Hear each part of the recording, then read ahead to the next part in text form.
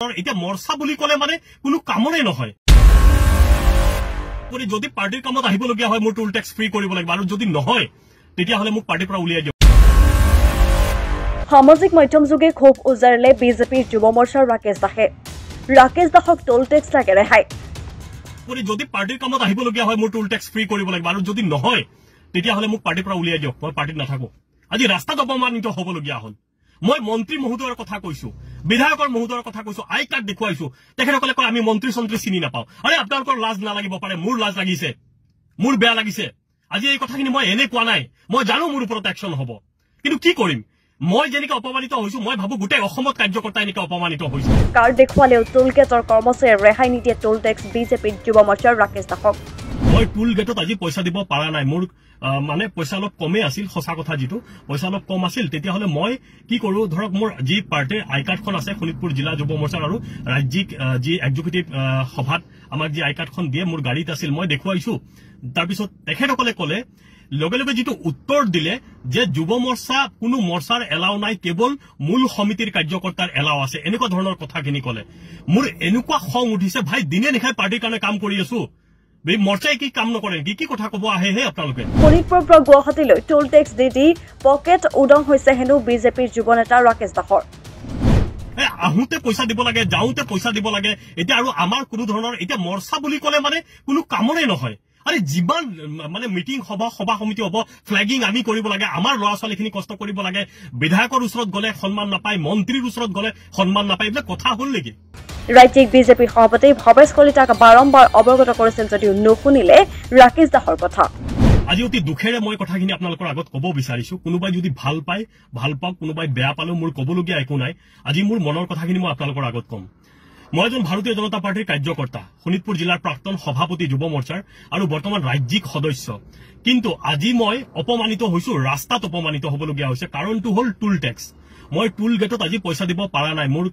মানে পইচা অলপ কমে আছিল সঁচা কথা যিটো পইচা অলপ কম আছিল তেতিয়াহলে মই কি কৰো ধৰক মোৰ যি পাৰ্টিৰ আই কাৰ্ডখন আছে শোণিতপুৰ জিলা যুৱ মৰ্চাৰ আৰু ৰাজ্যিক যি এক্সিকিউটিভ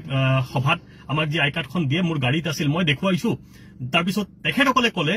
লগে লগে যিটো উত্তৰ দিলে যে যুৱ মৰ্চা কোনো মৰ্চাৰ এলাও নাই কেৱল মূল সমিতিৰ কাৰ্যকৰ্তাৰ এলাও আছে এনেকুৱা ধৰণৰ কথাখিনি ক'লে মোৰ এনেকুৱা খং উঠিছে ভাই দিনে নিশাই পাৰ্টিৰ কাৰণে কাম কৰি আছো মৰ্চাই কি কাম নকৰে কি কথা ক'ব আহে হে আপোনালোকে এই কথাখিনি মই বাৰম্বাৰ মই ৰাজ্যিক সভাপতি মহোদয়কো জনাইছো যে আমি দূৰ দূৰণিৰ পৰা আমি তেজপুৰৰ পৰা আহো তেজপুৰৰ পৰা আহিলে ৩০০০ টকাৰ তেল লাগে তাৰ উপৰিও টুল টেক্স কেনেকে পাৰ্টিৰ কাম কৰিম প্ৰভাৰী গলে ইমান দূৰত আমি যাওঁ ইমান কষ্ট হয় কম কষ্ট হয় নেকি বছৰত এটা কাম মন্ত্ৰী মিনিষ্টাৰ বিধায়কৰ পৰা এটা কাম নাপাও বিচাৰি বিচাৰি ভাগৰি যাওঁ আপোনালোকে যদি একোই কৰি নিদিয়ে আমাক আমি কেনেকে কি কৰিম পাৰ্টি কাম কেনেকে কৰিম ইলেকশ্যন কেনেকে জিকা আপোনালোকে জানে নেকি কেৱল মূল সমিতিৰ মানুহখিনিয়ে কাম কৰিলে ইলেকশ্যন জিকা নহয় মৰ্চাই দিনে নিশাই কাম কৰি আছে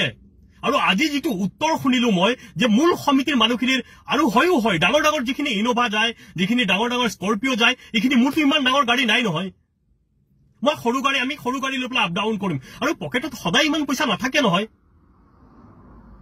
মই সমগ্ৰ অসমত যিমান যুৱ মৰ্চাৰ কাৰ্যকৰ্তা আছে মই সকলোকে বিনম্ৰতাৰে মই আহ্বান জনাব বিচাৰিছো এই টুল টেক্স কেইটাত আমিও প্ৰতিবাদ কৰিম কাৰণ এতিয়া ভাগৰি গৈছো আৰু